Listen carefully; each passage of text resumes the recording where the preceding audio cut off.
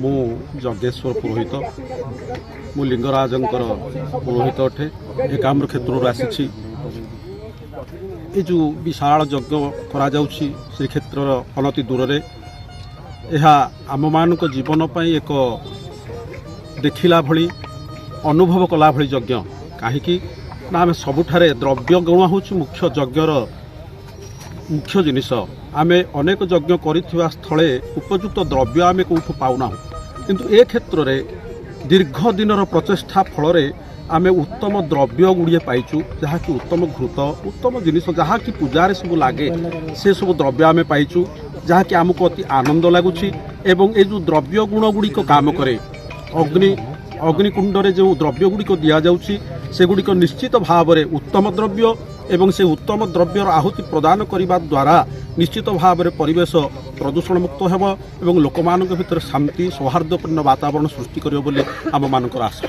यज्ञ कर मूल उद्देश्य कौन रखते? मूल उद्देश्य समाज को एक दिग्दर्शन देवा समस्ते भगवत अभिमुखी हवा एवं भगवती महालक्ष्मी प्रति मातृकृपा लाभ करवा एवं से महालक्ष्मी चरण में निजक समर्पित करवा जहाँकि भगवती लक्ष्मी होउछन्ति ऐश्वर्यर अधिकारी से अष्टलक्ष्मी यज्ञ है मुख्य अष्टलक्ष्मी यज्ञ तेणु समस्त प्रकार ये प्रभु आम विश्ववासी को ये कथा जनइबा समस्ते आसतु यही श्री यज्ञ अष्टलक्ष्मी यज्ञ सामिल हुंतु एवं मातृकृपा लाभ करंतु एवं ऐश्वर्य भोग धन मोक्ष सबकि लाभ करंतु से ही उद्देश्य नहीं ये यज्ञ करा जाउछि।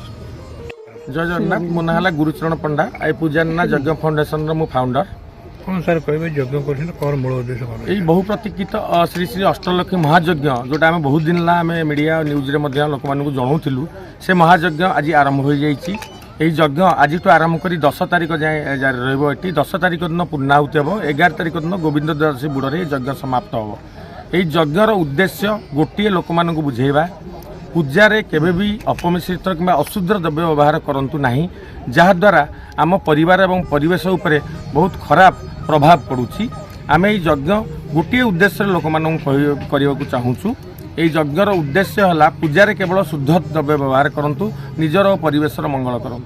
यज्ञ आरंभ हो केवल गोटे सचेतनता वार्ता यज्ञ पूजारे कौन प्रकार अपमिश्रित किंबा अशुद्ध द्रव्य व्यवहार करूँ ना कारण पूजारे जेकोसी द्रव्य आम व्यवहार करुचे से समस्त द्रव्य आम ठाकुर नुह तेणु पूजा कला बेले कौन प्रकार द्रव्य कम्प्रोमाइज करूँ ना आप निजपाई जमी जिनस आप किणुंट बजार जो भाई क्वालिटी चेक कर किणुंट पूजार जिनस किणला बेले से ही क्वालिटीर किणतु कहीं जेपर्यंत सस्ता जिनस आप दुकान में मागि चलिए से पर्यंत से अपमिश्रित और नकली द्रव्य आपको बिकी चलिए। ये गोटे आध्यात्मिक परिवेश सृष्टि होगा सहित वैज्ञानिक दृष्टिकोण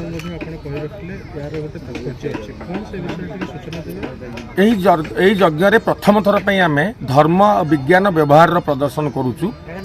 आगु तो बहुत यज्ञ होती किंतु यही यज्ञ विज्ञानर आम संबंध लोक मानू देखू आउ साइंटिस्ट माने एठी अपॉइंटमेंट होइछंती एवं आमर वायुमापक यंत्र लगी डेली जो घीर आहुति करा जीवो से घी जलिबा द्वारा वायुमंडल पर कौन प्रभाव पड़ुछि से रिपोर्ट साइंटिस्ट मान देबे। ओडिशावासी कौन कहबे? ओडिशावासी के आम समस्त को सादर निमंत्रण करुछु। यही महायज्ञ समस्ते सम्मिलित हुंतु एवं अक्षय पुण्य अर्जन करंतु।